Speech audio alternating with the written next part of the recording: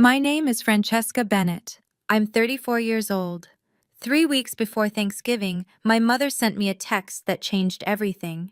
It read, "We don't want you asking for money in front of everyone. Stay home this year." I stared at my phone for a full minute.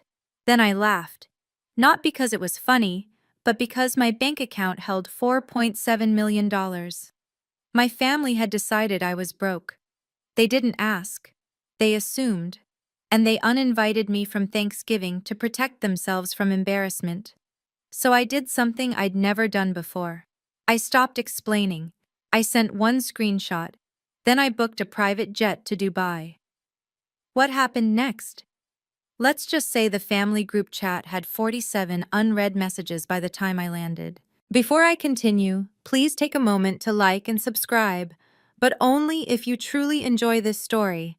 Drop your location and local time in the comments below. It started 8 years ago, the day I decided to stop asking for permission. 8 years ago, I was 26 and terrified. I just quit my stable accounting job to flip houses. My first deal, a duplex in Aurora, had closed that morning.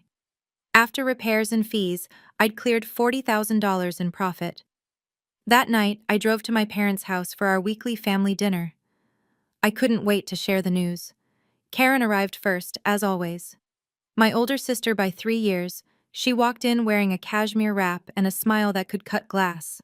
Her husband Derek followed, jingling his BMW keys. "Mom, Dad, look what Derek surprised me with," Karen said, pulling out her phone to show photos. "The new X5, isn't it gorgeous?" My mother clasped her hands together. "Oh, sweetheart. Derek, you spoil her. That's what a good husband does." Dad nodded from behind his newspaper. Derek shrugged modestly. I waited for the excitement to settle. Then I cleared my throat. "I have news too," I said. "I closed on my first property today, made $40,000 profit." The table went quiet, but not the impressed kind of quiet. Mom tilted her head. "That's nice, honey. But when are you going to get a real job? One with benefits?" Karen sipped her wine. "Real estate is so risky. Derek says the market could crash any day now." Derek said nothing. He just studied his fork. Dad turned a page of his newspaper. He didn't look up. I felt something shrink inside my chest. Something I'd been carrying my whole life without realizing it, hope that they'd finally see me. That night, I stopped talking about my wins at family dinners. They didn't want to hear them, and I learned to build my empire in silence. But silence, I would discover, has its limits. 3 years ago, I arrived at my parents' house early on Christmas Day. I wanted to help Mom prepare the ham, set the table, be useful. I was 31, single, and still trying to earn my place. The doorbell rang throughout the afternoon. Aunt Linda swept in wearing diamonds. Uncle Mike brought his famous pie. Cousins, spouses, and children filled the living room with noise and warmth. When Mom announced dinner, I moved toward the dining room. That's when I noticed. There were 12 chairs at the main table, 12 place cards. I scanned the names. Patricia, Robert, Karen, Derek, Aunt Linda, Uncle Mike, Amanda and her husband, 2 more cousins and their spouses. My name wasn't there. "Mom?" I touched her elbow. "Where am I sitting?" She barely glanced up from arranging the centerpiece. "Oh, sweetie, you don't mind the kids' table, do you? We're short on chairs." I looked across the room. The kids' table. 4 children between 8 and 12 years old, fighting over crayons. "I'm 31, I said quietly. "It's just for one meal." She patted my arm and walked away. I sat down between my nephew and a girl who immediately spilled juice on my dress. From my plastic chair, I watched the adults clink wine glasses and laugh at jokes I couldn't hear. That's when I caught Aunt Linda leaning toward my mother, her whisper carried across the room. "Still no ring? Poor thing. At least she has her little apartment." My mother nodded sympathetically. They didn't know I'd closed on my 15th property that month. They didn't know my net worth had just crossed $1 million. To them, I was still the unmarried daughter who couldn't find a husband. And I sat there, smiled, said nothing. That's what I always did. 3 weeks before this past Thanksgiving, I was in my apartment reviewing contracts. A penthouse in Cherry Creek had caught my attention. Solid bones, motivated seller, easy flip. My laptop showed projections, 200,000 profit minimum. My phone buzzed, then buzzed again. I glanced at the screen. Group chat. Bennett Thanksgiving 2024. Mom's name appeared first. Fran, honey, we've been talking and we think it's best if you sit this one out. I set down my coffee. Read it again. Sit this one out? My thumbs moved before my brain caught up. What do you mean? 3 dots appeared. Then her response. We heard you're going through a rough patch financially. We don't want you asking for money in front of everyone. It would be embarrassing for all of us. I stared at those words until they blurred. Embarrassing. For all of us.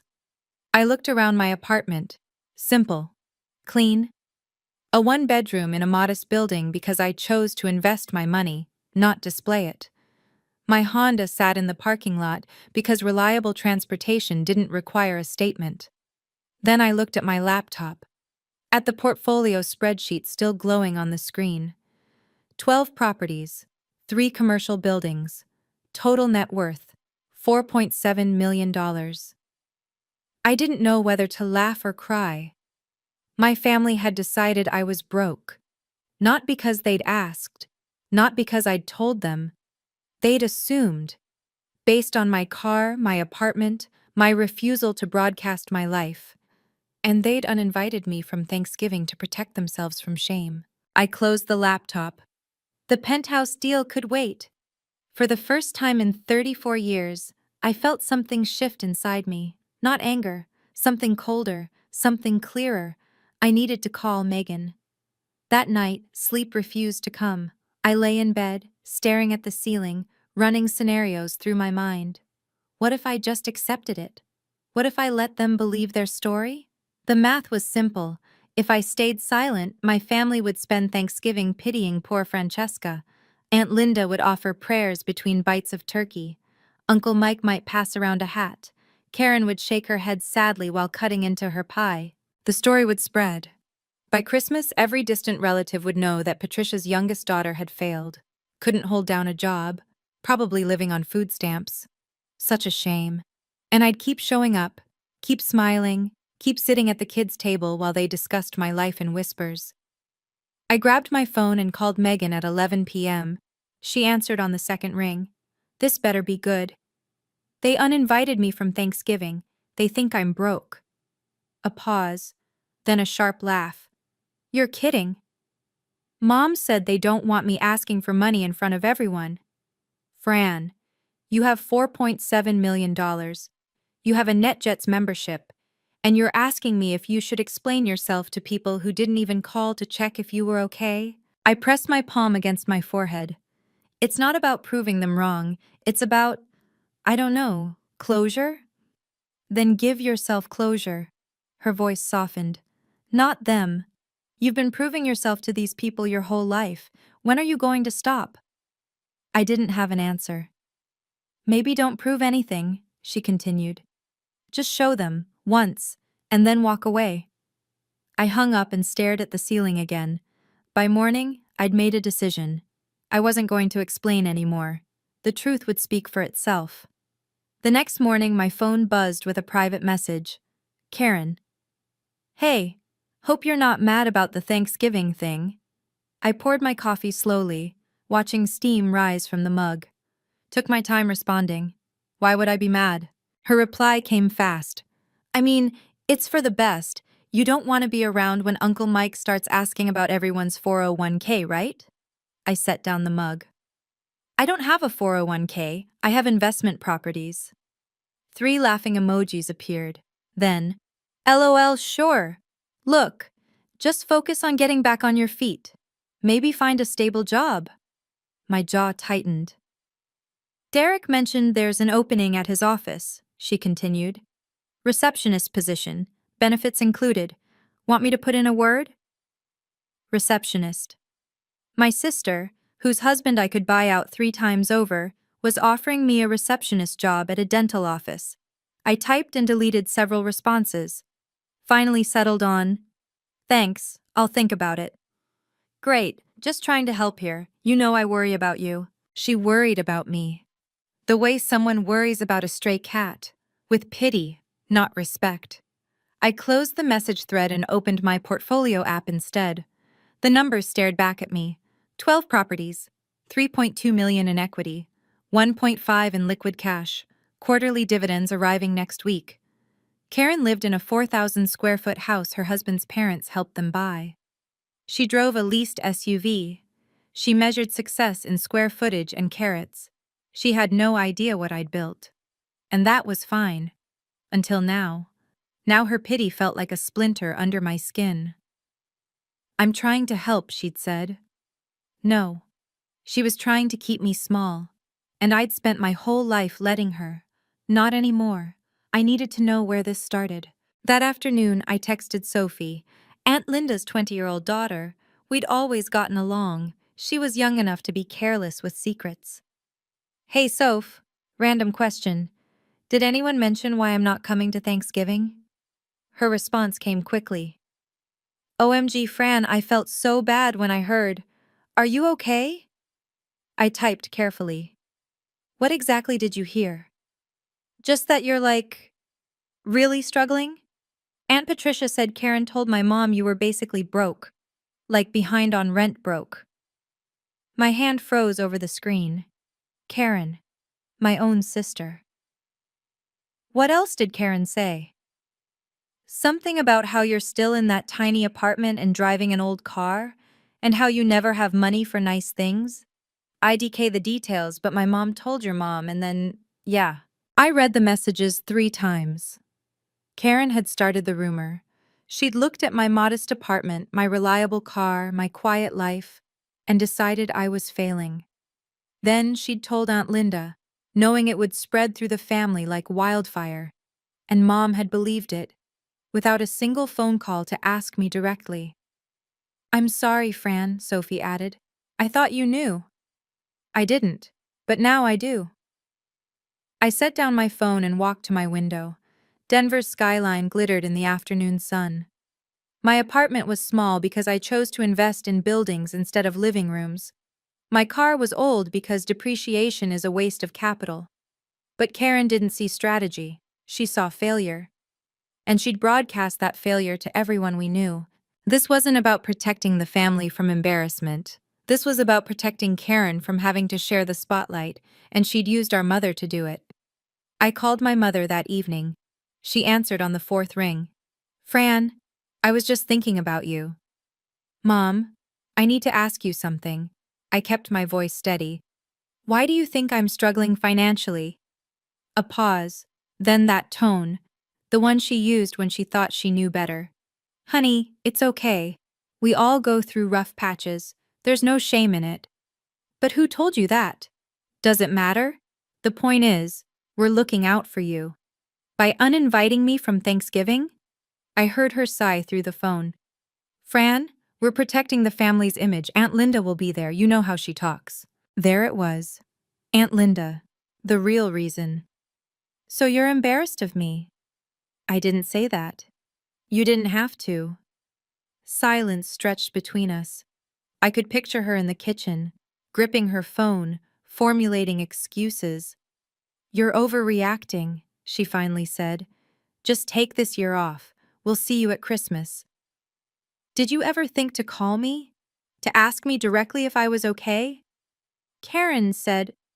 Karen assumed, and you believed her without a single question. "Francesca, I don't appreciate your tone. And I don't appreciate being cut from Thanksgiving dinner based on gossip." My voice stayed calm, but my hands trembled. "I'm your daughter, Mom, not a liability to be managed." The line went dead. She'd hung up on me. My own mother had hung up rather than admit she might be wrong. I stood in my kitchen, phone pressed against my chest, heart hammering. Something shifted inside me. A door closing, a decision forming. I was done explaining, done begging for seats at tables that never wanted me there. It was time to let the truth speak. I met Megan for lunch the next day at our usual spot, a quiet bistro downtown where lawyers cut deals and no one eavesdropped. She was already at the table when I arrived, laptop open, reading glasses perched on her nose. Megan Torres had been my best friend since college and my real estate attorney for the past 6 years. She knew my portfolio better than I did. "So they think you're broke?" She didn't look up from her screen. "Apparently." I slid into the booth across from her. She turned the laptop toward me. "Let's review, shall we?" The spreadsheet filled the screen. 12 properties listed in neat rows, 3 commercial buildings in growing neighborhoods, 9 residential units, all currently rented. Purchase prices, current values, rental income, net worth calculations. Total portfolio value 6.2 million, Megan read aloud. Outstanding debt 1.5 million, net worth 4.7 million. She looked at me over her glasses. "Girl, you could buy Karen's house in cash and still have enough left for a yacht." I laughed for the first time in days. It felt rusty coming out. "They'll never believe it," I said. "Not unless they see it." "Then let them see it." She closed the laptop. "I've watched you build this for 8 years, Fran. You never once asked for validation. But maybe it's time you stop letting them think the worst." "It feels like giving in." "No, it feels like standing up." She leaned forward. "What are you going to do?" I stared at the table, at my hands, at the simple gold ring I'd bought myself when I closed my 10th property. "I have an idea," I said quietly. Megan smiled. "I was hoping you'd say that." That afternoon, I sat on my couch with my phone in hand. The NetJets app glowed on the screen. I'd had a membership for 2 years, mostly for business trips to out-of-state markets. Dallas, Phoenix, Nashville. Quick flights to meet sellers and close deals. I'd never used it for personal travel. It felt indulgent, unnecessary. But today, I scrolled through destinations with different eyes. Cabo, Aspen, the Maldives, Dubai. The Thanksgiving package caught my attention. 5 nights at the Burj Al Arab, available seats on Wednesday departures. I checked the timing. The flight would leave 25 hours before my family sat down for turkey. My thumb hovered over the booking button. This wasn't about luxury. It wasn't about proving anything. It was about choosing myself for once. I booked the flight. Confirmation email arrived within seconds. I screenshotted it. The date, the destination, the private terminal departure, all documented. Then I opened my banking app. The number stared back at me. $4,723,841 if sick. I screenshotted that too. 2 images. 8 years of silent work. Everything they refused to believe existed. I pulled up my mother's text from 3 weeks ago. The words still stung. "We don't want you asking for money in front of everyone." I looked at the screenshots again. I didn't need to explain. I didn't need to justify. I just needed them to see. Megan's voice echoed in my head. "Give yourself closure. Not them." This wasn't revenge. This was clarity. The kind that comes from finally stopping the performance. I saved both screenshots to a folder labeled Thanksgiving. Everything I needed was ready. Now I just had to decide when to press send. "Okay, pause for a second. I need to ask you something. If you were in my position, your family just uninvited you based on a lie, and you had proof that could change everything, would you send it? Or would you stay quiet to keep the peace? Drop your answer in the comments. I'm genuinely curious what you'd do." Now, back to what happened next. 5 days before Thanksgiving, my phone started buzzing with unfamiliar numbers. First, a text from Uncle Mike, Dad's younger brother. We hadn't spoken one-on-one in years. "Hey, kiddo. Heard you're going through a tough time. If you need a few hundred to get by, just let me know. No shame in asking." My stomach dropped. Then came a message from my cousin Amanda. "Fran, OMG, I feel terrible. We should totally start a GoFundMe for you. Family helps family. A GoFundMe. My 23-year-old cousin wanted to start a charity campaign for me. The messages kept coming. Aunt Linda sent a link to an article titled Financial Literacy for Young Adults, a Beginner's Guide. No caption, just the link. Another cousin I barely knew texted, praying for you during this difficult season. In 3 days, I'd gone from uninvited guest to family charity case. The rumor had spread through the Bennett family tree like poison through roots. Everyone knew. Everyone pitied. No one had bothered to ask me directly. I sat on my bed and scrolled through the messages, the offers of help, the resources for people in crisis, the prayers and heart emojis and empty sympathies. They weren't reaching out because they cared. They were reaching out because the story was too juicy not to engage with. Poor Francesca. Couldn't make it work. Probably eating ramen in some dingy apartment. Such a shame. I closed the messages without responding. Then I did something I rarely did anymore. I called my father.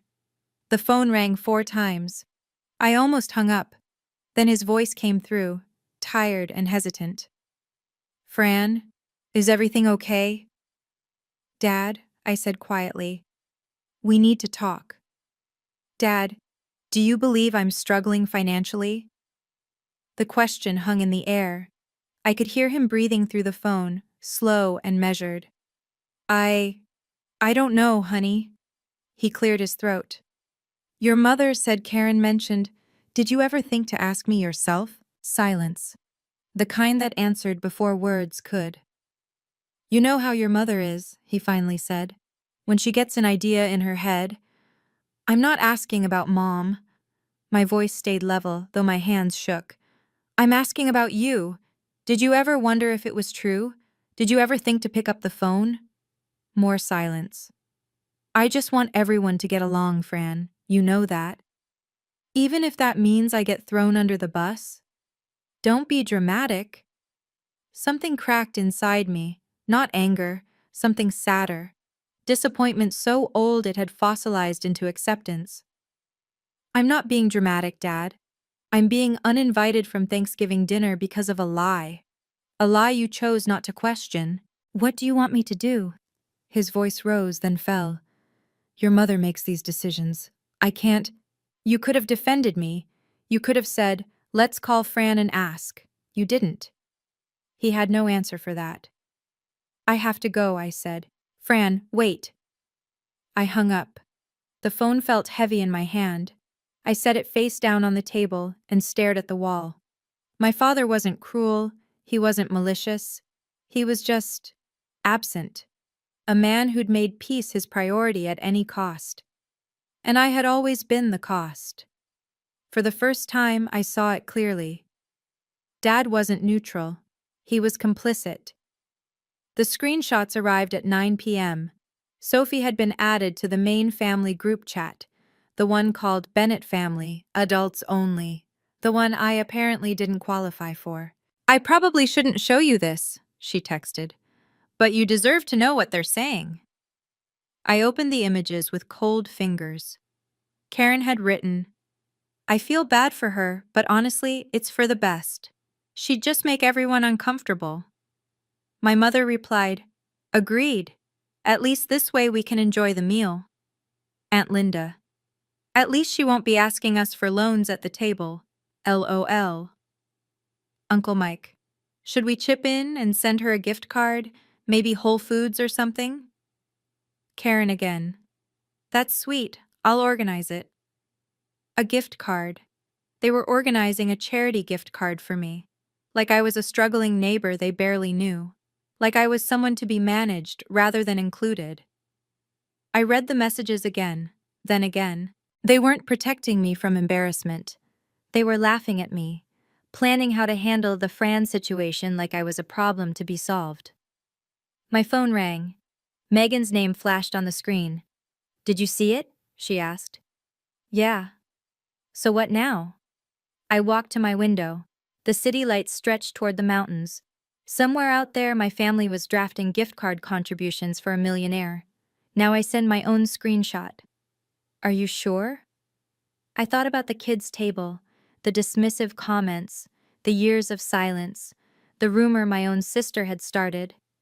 I've never been more sure of anything. When? I looked at the calendar on my wall. Thanksgiving was 6 days away. The moment they sit down for dinner, 24 hours before Thanksgiving. I packed my suitcase with steady hands, bikinis, evening dresses, sunscreen. My passport sat on top, ready. Megan arrived at noon to drive me to the private terminal. You sure about this? She watched me zip the luggage closed. I'm not doing this to hurt them. I met her eyes. I'm doing this to free myself. And the screenshots? I'll send them at exactly 6 p.m. tomorrow, right when they're sitting down for turkey. She laughed despite herself. That's cold, Fran. It's not revenge. I grabbed my carry-on. It's clarity. The kind they've refused to see for 34 years. We drove to Centennial Airport in comfortable silence. The private terminal gleamed white against the gray November sky. No lines, no crowds. Just a woman at the desk who smiled and checked my booking. Ms. Bennett, your flight to Dubai is ready for boarding. I hugged Megan at the security point. Call me when you land, she said. I will. And Fran? She gripped my shoulders. You're not doing anything wrong. Remember that. I nodded and walked through the doors. The jet sat on the tarmac, small, sleek, waiting. A flight attendant greeted me at the stairs. Inside, leather seats gleamed under soft lighting. A glass of champagne appeared before I'd even buckled in. I sank into the seat and looked out the window. Denver disappeared beneath the clouds. My phone sat heavy in my pocket, loaded with screenshots. 25 hours of flying. 25 hours until my family discovered exactly how wrong they'd been. I sipped the champagne. For the first time in weeks, I felt something besides anger or hurt. I felt free. And somewhere over the Atlantic, my phone would finally do the talking I'd been avoiding for years. The plane's Wi-Fi connected somewhere over the Atlantic. I'd set an alarm on my phone. 6:00 p.m. Eastern Time. The exact moment my family would be gathering around the dining table. Grace would be said. Plates would be filled. Karen would probably be bragging about something. The alarm chimed softly. I opened the group chat. Bennett Thanksgiving 2024. 32 members. All waiting for turkey and stuffing and the comfortable certainty that Francesca was falling apart. I didn't type a message, didn't explain, didn't justify. I simply attached 2 images. The first, my bank account statement. 4,723. Clear as crystal. The second, my flight confirmation. Private jet. Destination, Dubai. Departure, yesterday. Then, one line of text. Happy Thanksgiving. I'll be thinking of you all from Dubai. I pressed send. The message delivered. 32 blue check marks appeared. I imagined my mother's phone buzzing beside her dinner plate, Karen glancing at the notification, Aunt Linda leaning over to see what the commotion was about. I imagined the silence that would fall over that dining room. Then I turned off notifications. The flight attendant appeared at my side. More champagne, Ms. Bennett? Please. She refilled my glass with a practiced pour. Outside the window, the sun was setting over endless clouds, pink and gold and completely peaceful. I leaned back into the leather seat. I didn't need them to apologize. I didn't need them to grovel or beg for forgiveness. I just needed them to know, to see the truth they'd refused to ask about. Whatever storm was brewing back home could wait. For now, I was 35,000 feet in the air, heading toward warmth and light and the first holiday I'd ever chosen for myself, and it felt exactly right. 2 hours later, I turned my phone back on. The notifications loaded in waves. 47 missed calls, 89 unread texts. The phone actually felt warmer in my hand, like it had been working overtime to contain the chaos. I opened the group chat first. Karen. What the hell is this? Mom. Fran, call me right now. Uncle Mike. Is this real? Aunt Linda. $4 million? Amanda. OMG, wait, I offered to start a GoFundMe. Dad. Fran, please pick up. Karen again. Why didn't you tell us? Mom. This is a joke, right? This has to be a joke. Aunt Linda. Someone call her. Someone needs to call her now. The messages spiraled from there. Confusion, disbelief, exclamation points multiplying like rabbits. I switched to my private messages. Karen. Why didn't you tell us? I don't understand. Mom. Fran, this is cruel. How could you hide this from your own family? Aunt Linda. Sweetheart, we should catch up soon. I have some investment opportunities I'd love to discuss with you. Sophie. Fran, you're a legend. I read every message. The shock, the anger, the sudden, desperate friendliness from people who'd laughed about sending me gift cards just days ago. Not one message said, "We're sorry." Not one said, "We should have asked."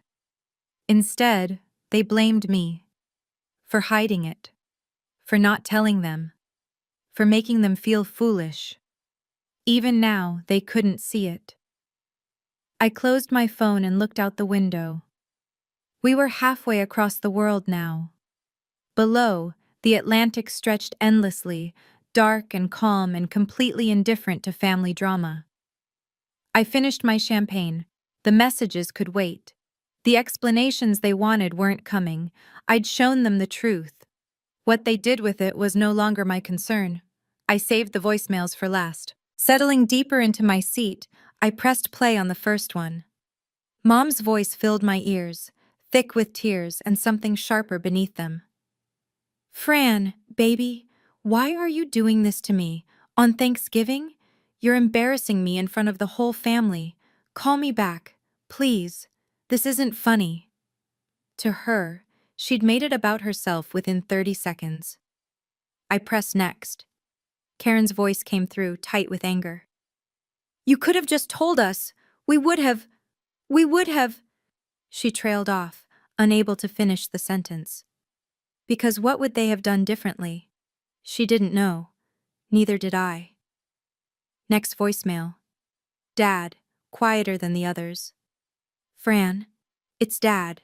Just call me. Please. A long pause. I'm sorry. That one I listened to twice. Next, Uncle Mike, awkward and stammering. Hey, kiddo, about that gift card thing. Forget I said anything. Hope you're doing okay. Great, actually. Sounds like you're doing great. Finally, Aunt Linda. Her voice had transformed completely, sugar-sweet where it had been condescending before. Sweetie, I've been meaning to call you for months. We really should catch up. I have some wonderful investment opportunities. Call me when you land. I closed my eyes. The pattern was so clear now. Pity had transformed into desperation, dismissal into sudden interest. They didn't want to reconnect. They wanted access. A memory surfaced unbidden. My grandmother, 5 years gone now, holding my hands in her kitchen. Never let anyone make you feel small, baby, not even family. She'd been the only one who ever truly saw me. I opened my eyes. The clouds glowed orange with approaching sunrise. Grandma would have been proud, and that was enough. The wheels touched down in Dubai at sunset. Golden light spilled across the tarmac as I stepped off the plane. The air hit me first, warm and dry, scented with something unfamiliar and wonderful. A driver waited at the bottom of the stairs, holding a sign with my name. Ms. Bennett, welcome to Dubai. Your car is ready. The city revealed itself through tinted windows. Glass towers rose like miracles from the desert. The Burj Khalifa pierced the evening sky, its lights just beginning to flicker on. My phone buzzed continuously in my bag. I didn't look at it. The hotel lobby was marble and gold and overwhelmingly quiet. A manager greeted me personally, guiding me to a private elevator. You're sweet, Ms. Bennett. Please let us know if you need anything at all. The doors opened to a view that stopped my breath.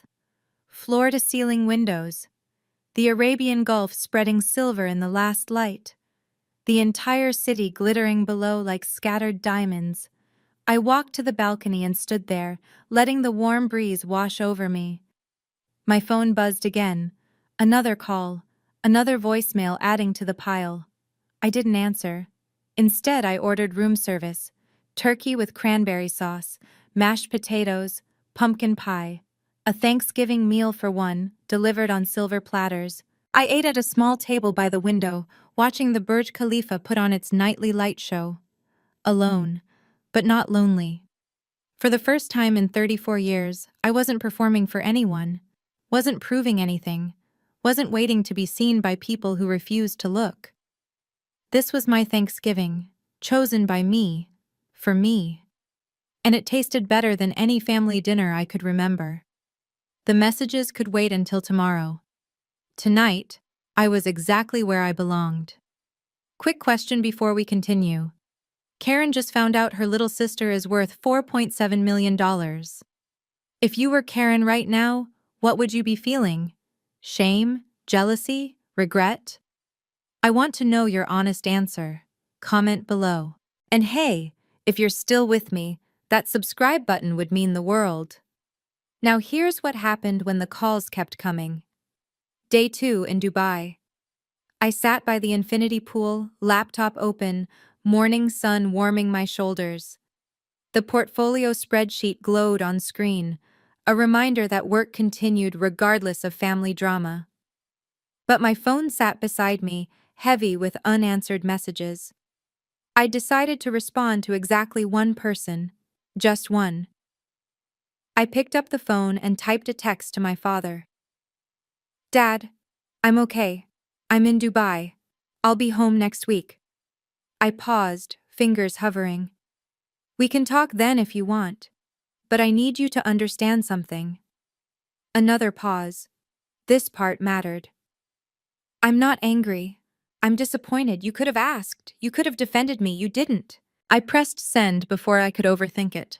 The reply came within minutes. I know. I'm sorry, Fran. I should have. I stared at those words. Read them again. No but, no excuse, no redirect, just acknowledgement. It was the first genuine apology I'd received from anyone in my family, maybe ever. I typed back slowly. We'll talk when I'm back. Then I set the phone face down and looked out at the water. This wasn't forgiveness. Not yet. Maybe not for a long time. But it was something I hadn't expected. A crack in the wall. Dad had always been silent, complicit through inaction. But maybe that silence had been hiding something too. I closed the laptop and walked to the pool's edge. The water was perfectly warm. I slipped in, letting it hold my weight. Above me, the Dubai sky stretched impossibly blue, one conversation down, a family full of them waiting. But for now, this pool, this sun, this moment of peace I'd earned. Everything else could wait its turn. Day 3. Karen's name flashed on my screen, FaceTime request. I hesitated. My finger hovered over the decline button for a full 10 seconds. Then I answered. Her face filled the screen. Red eyes, smudged makeup. She looked like she hadn't slept since Thursday. Why didn't you tell me? I kept my voice level. Would it have mattered? Of course it would have. Her voice cracked. Karen, you told Aunt Linda I was broke. I watched her flinch. You started the rumor. You offered me a receptionist job at your husband's office. Silence stretched between us. The Dubai skyline glittered behind me. I didn't mean it like that. She wiped her eyes. I just said you were still in that apartment and you assumed the worst. Because that's what you wanted to believe. She broke then. Really broke. Tears streaming, shoulders shaking. I'm sorry. I don't know. She took a ragged breath. Maybe I was jealous. The words hung there, unexpected. Jealous of what? I asked. You have everything, Karen. The house, the husband, the life Mom always wanted for both of us. She laughed bitterly through her tears. You have freedom, Fran. I have a mortgage and a marriage that… She stopped herself. That what? Never mind. It's not important. But her face said otherwise. Something was crumbling behind her perfect facade. I softened slightly. Just slightly.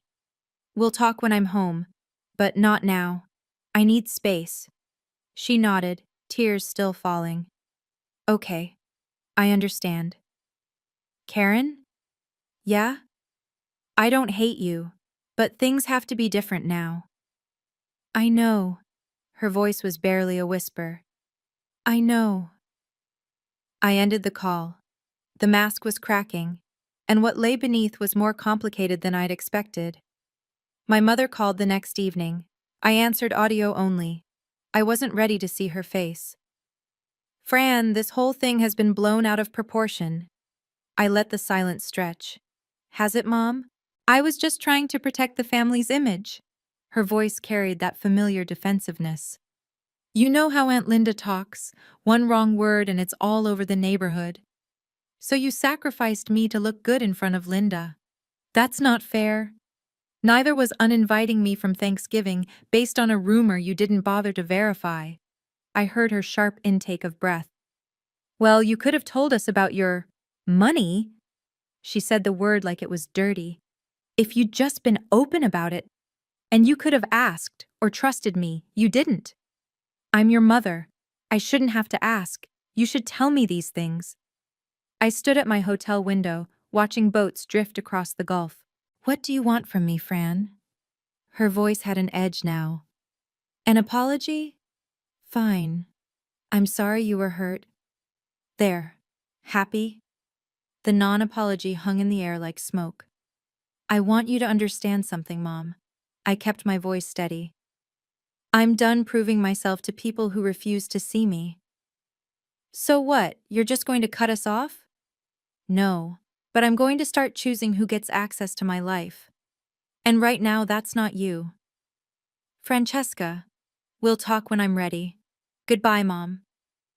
I hung up before she could respond. My hands were shaking. But not from fear. That was the first boundary I'd ever set with my mother. And as I stood there, watching the sunset paint Dubai in gold, I knew it wouldn't be the last. My last day in Dubai brought an unexpected message. I was packing when my phone buzzed with a text from Derek, Karen's husband. We'd barely exchanged a dozen words in the 10 years he'd been married to my sister. Fran, this is Derek. Wanted to say, I respect what you did. Couldn't have been easy. I sat down on the bed, surprised. Another message appeared. Also, sorry about the receptionist thing Karen mentioned. She told me after. That was out of line. I typed back, It's okay. You didn't know. His response came quickly. For what it's worth, I always thought you had your stuff together. The way you talk about real estate at family dinners, when anyone bothered to listen, showed you knew what you were doing. I read those words twice. Derek had noticed. While everyone else dismissed my career, he'd actually been paying attention. Thanks, Derek. That means more than you know. Take care, Fran. And if you ever want to talk shop about property investment, I'm looking to diversify, interested in learning more. A smile crossed my face, the first genuine one in days. I'd be happy to chat when I'm back. Looking forward to it. Safe travels. I set down the phone and looked around the suite. The packed suitcase, the unmade bed, the view I'd memorized over 5 days. Not everyone in my family was like my mother and Karen. Some people saw clearly, even when others refused to look. Derek had surprised me.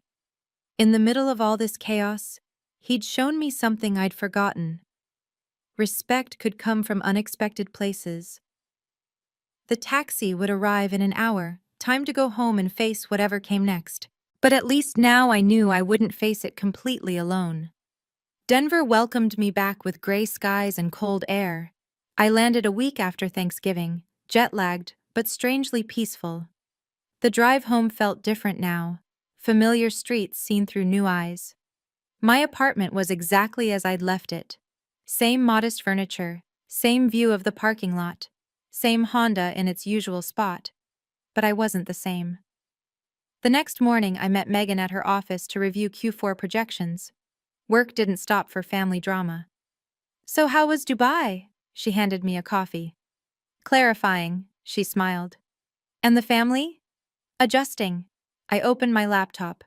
Let's focus on the numbers. Business as usual. Or at least that's what I told myself. But something had shifted. Over the following days, I noticed it in small ways. Aunt Linda called to invite me to a holiday dinner party. My response came easily now. No thank you. I have plans. Cousin Amanda texted asking about a small business loan for her new venture. I replied without guilt. I don't lend to family, but I can recommend a good bank. Each no felt like a weight lifting. I'd spent 34 years saying yes when I meant no, showing up when I wanted to stay home, swallowing my opinions to keep the peace. Not anymore. The family was adjusting to the new Francesca, the one who answered honestly, the one who set limits, the one who chose herself first. Some took it better than others. Dad called twice, keeping conversations short and simple, checking in. Mom went silent. Her way of punishing me, I knew. Karen texted once, asking to meet. I told her I'd let her know when I was ready. The boundaries were new, uncomfortable for everyone, but necessary. Some people would adapt, others wouldn't. Either way, I'd finally stopped waiting for permission. 2 weeks after Dubai, Aunt Linda invited me to lunch. Just us girls, she'd said. A chance to reconnect. I went, curious about her angle. She'd chosen a restaurant downtown, upscale, visible, the kind of place where people came to be seen. Linda wore her diamonds prominently, as always. Fran, darling. She kissed both my cheeks like we were in Paris. You look wonderful. Dubai agreed with you. Thanks, Aunt Linda. We ordered. Made small talk. Weather, traffic, the new shopping center being built near her house.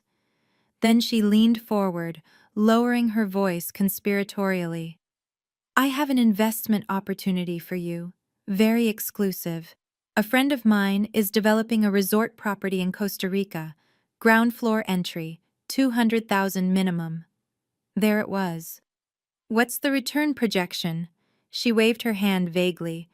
Oh, it's complicated to explain, but trust me, it's solid. Guaranteed to double within 3 years.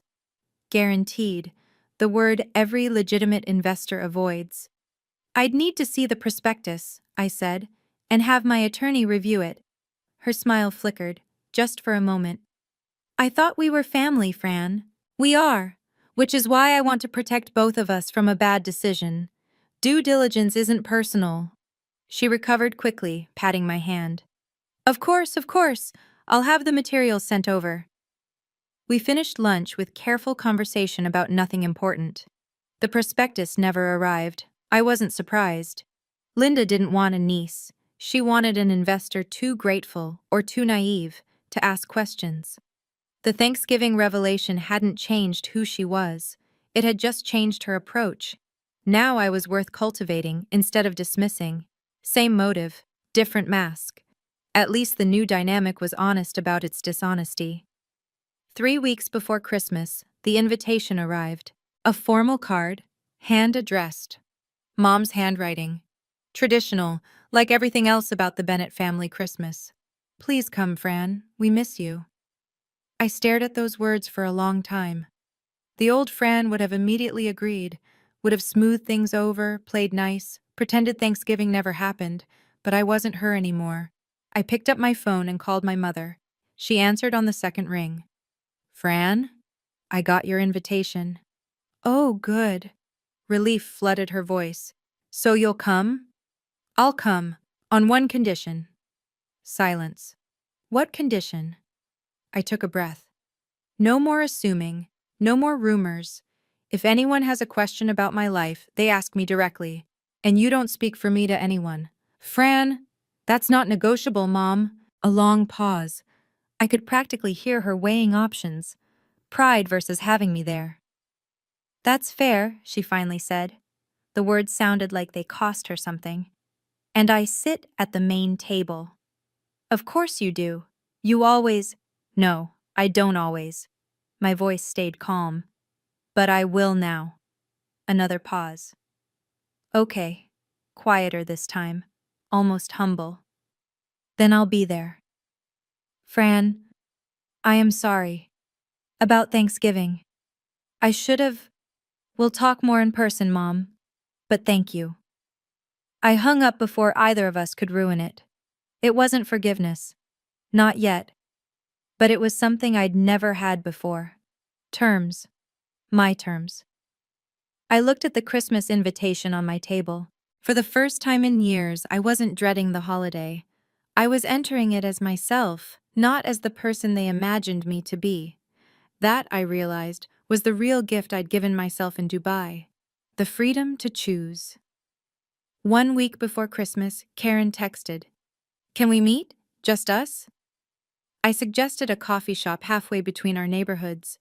Neutral ground. She was already there when I arrived, sitting in a corner booth, hands wrapped around a mug. She looked different, thinner, tired in a way that makeup couldn't hide. I slid into the seat across from her. "Thanks for coming," she said. "Thanks for asking." Silence settled between us. We'd never been good at real conversation. Too many years of competition and comparison. Karen spoke first. "Derek and I are in counseling." I set down my coffee. "I'm sorry to hear that." "Don't be." She shrugged, a gesture that didn't match her eyes. "It's been a long time coming. Honestly, it should have started years ago." "What happened?" She looked at her hands. "I think I took a lot of my frustrations out on you.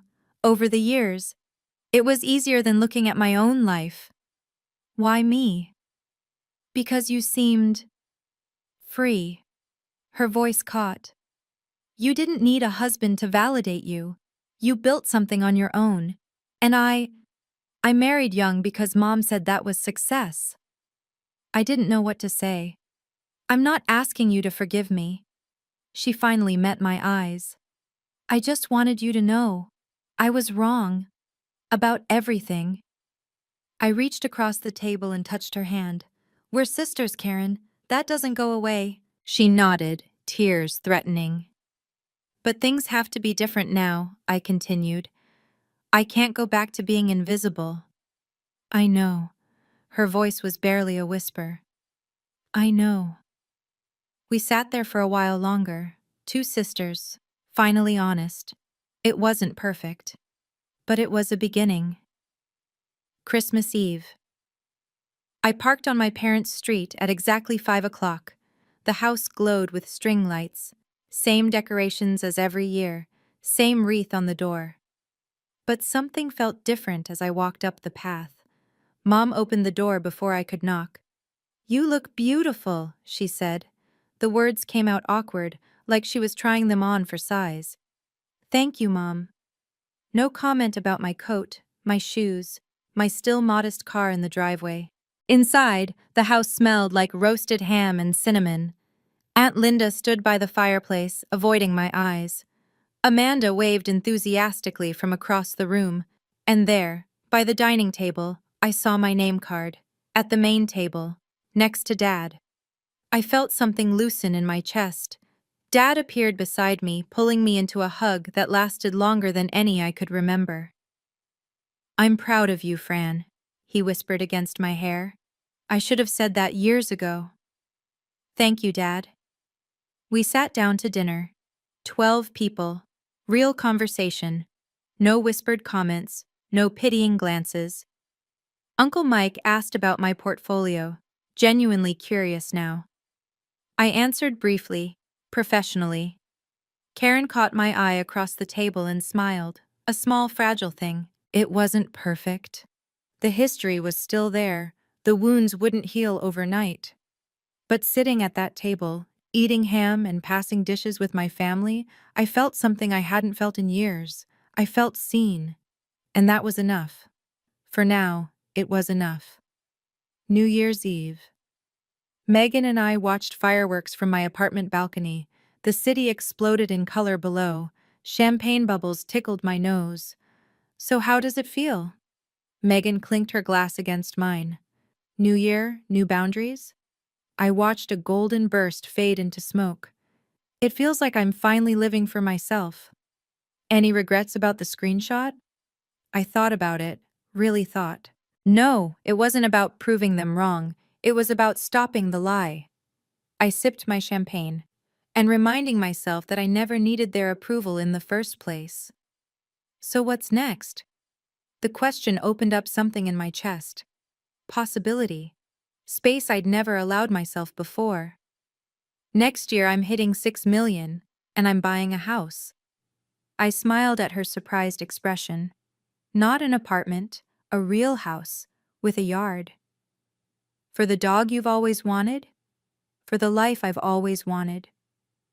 Below us the crowds cheered as midnight officially passed. A new year, a new chapter.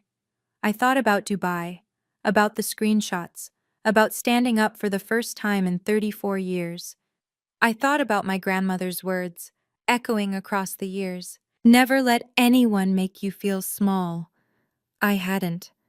Not anymore. Megan raised her glass. To the life you've always wanted. To the life I've always wanted, I repeated. Fireworks exploded over Denver, and for the first time, I wasn't watching my life from the sidelines. I was finally living it. Looking back, I don't regret staying silent for so long.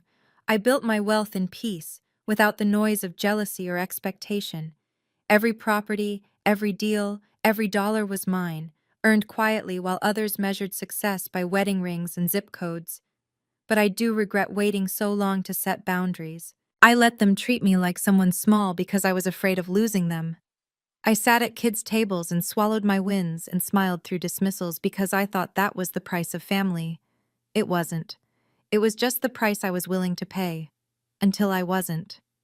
Here's what that Thanksgiving taught me. You can't lose people who never really had you. And you can't gain respect from people who refuse to give it. The table you're not invited to is often the table you shouldn't want to sit at.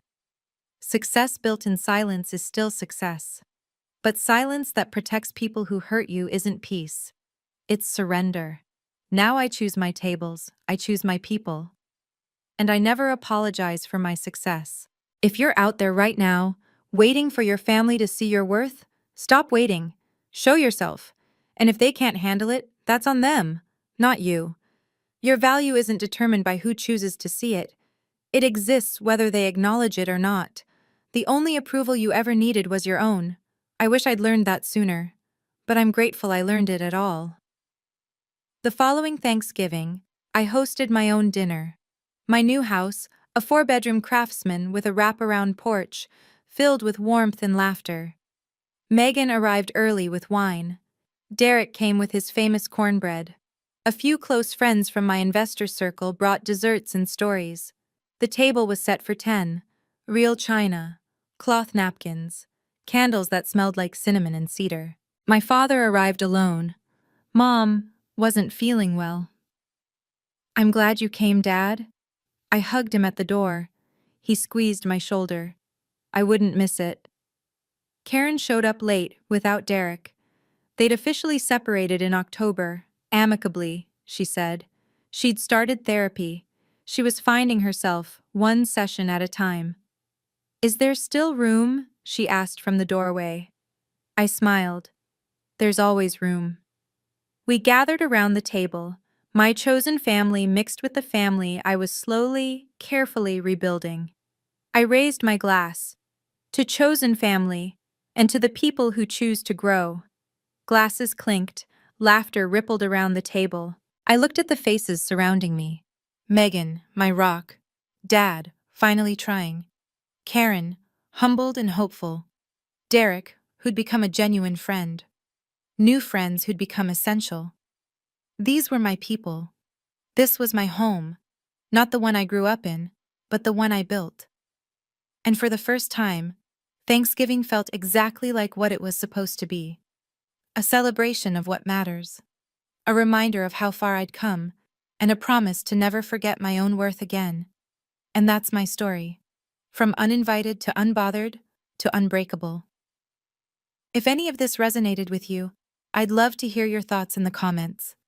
Have you ever had to set boundaries with family? How did it go? Drop your story below. And if you haven't subscribed yet, now's the perfect time. I have more stories coming. Check the description for more videos. Thank you for being here. Until next time.